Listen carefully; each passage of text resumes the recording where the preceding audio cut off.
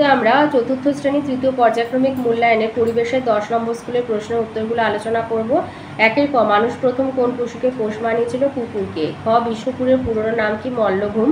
গ, দুটি দাহ্য বস্তুর নাম খড় আর বাজি। ঘ, পশ্চিমবঙ্গের সবচেয়ে পুরনো চার্চ কোনটি? ব্যান্ডেল চার্চ। ঙ, ব্রতচারী গ্রাম কোথায় অবস্থিত? ঠাকুরপুকুরে। চ, জামবাজির শিষ্যরা কয়টি উপদেশ মেনে চলত? 29টি। ছ, সিনকোনা গাছের ছাল কি কাজে লাগে? ম্যালেরিয়ার ওষুধ তৈরির কাজে লাগে।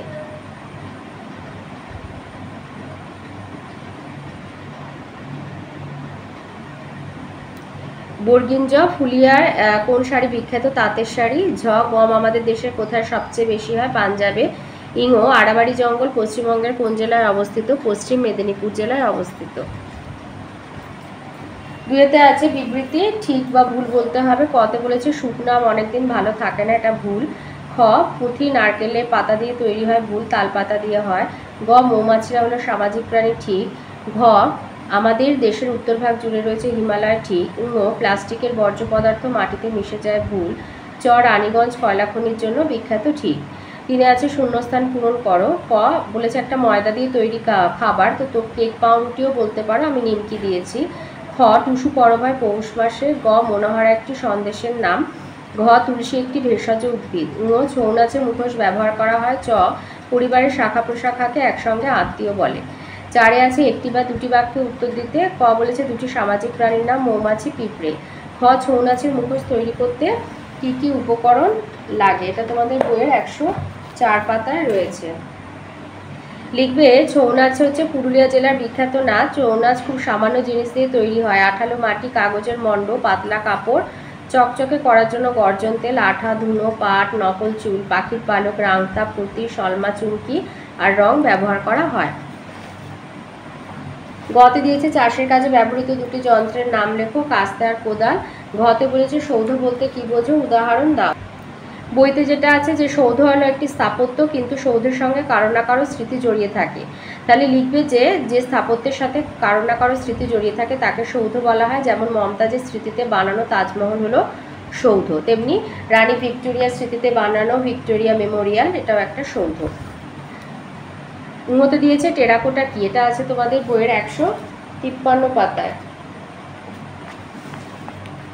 এই যে টেরাকোটা কি? নরম মাটি দিয়ে নানান মূর্তি বা নকশা তৈরি করা হয়, তারপরে ওই মূর্তি বা নকশাকে আগুনে পুড়িয়ে নেওয়া হয়, একেই বলে টেরাকোটা। যত দিয়েছে মফলং কি? মফলং হলো একটি পবিত্র বনভূমি। 2 নম্বরের আছে, তাই লিখবি মেঘালয়ের শিলং থেকে 25 কিলোমিটার দূরে মফলং একটি পবিত্র বনভূমি। শান্ত সুনিবিড় জঙ্গল, বড় বড় কুর্জি গাছের আড়ালে ঢাকা পড়ে সূর্যের আলো, আর খাসি জয়ন্তীরা এই আগলে রেখেছেন এই বন। 6 দিয়েছে দুটি দানা শস্য, ধান, গম, তেল উৎপাদনকারী ফসল সর্ষে, সূর্যমুখী। বর্গিন জাতি দিয়েছে পিংলা কেন বিখ্যাত? এটা আছে তোমাদের বইয়ের 159 পাতায়।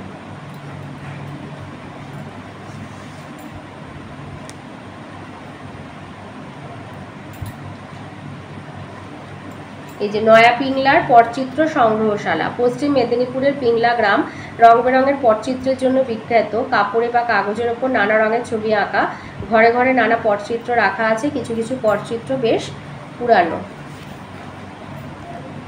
5 আছে স্তম্ভ মেলানো। ক, চন্দ্রযান হবে ভারত। খতে আজান হবে মসজিদ।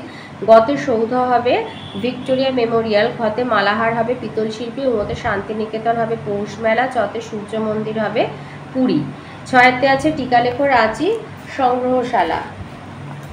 এই যে আদিবাসী মানুষের সংগ্রহশালা, এটা লিখবে যে বিরসা মুন্ডা নামে একটি মিউজিয়াম আছে রাঁচিতে। সেখানে ওই অঞ্চলের পুরনো মানুষের ব্যবহার করা নানা জিনিসপত্র রাখা আছে।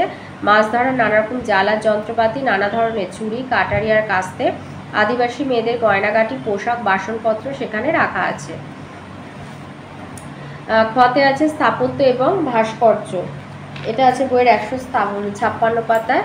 এই যে স্থাপত্য ভাস্কর্য, লিখবে যে পুরনো দিনের বাড়ি, মন্দির, মসজিদ, গির্জা এই সবগুলোকে বলা হয় স্থাপত্য, যেমন কোণারকের মন্দির, রাসমঞ্চ।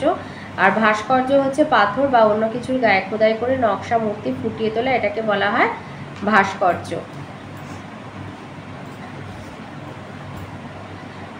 7 দিয়েছে চিত্রসহ জল দূষণের 2টি কারণ লেখো। চিত্রসহ বলেছে, বইয়ের এই ছবিটা আঁকবে, এটা 144 পাতায় আছে। আর দুটো কারণ, একটা হচ্ছে লিখবে যে লিখবে যে আমরা জলে মলমূত্র পরিষ্কার করতে নামি, আর হচ্ছে তোমার বাড়ির বর্জ্য পদার্থ নর্দমা দিয়ে পুকুরের জলে ফেলে জল নোংরা করি। বা লিখতে পারো জলে পুজোর ফুল পাতা, শোলা, প্রতিমার সাজ এসব ফেলে জল দূষিত হয়। তো এই ছিল আজকের আমাদের চতুর্থ শ্রেণীর তৃতীয় পর্যায়ক্রমিক মূল্যায়নের পরিবেশের 10 নম্বর স্কুলের প্রশ্নের উত্তরগুলো।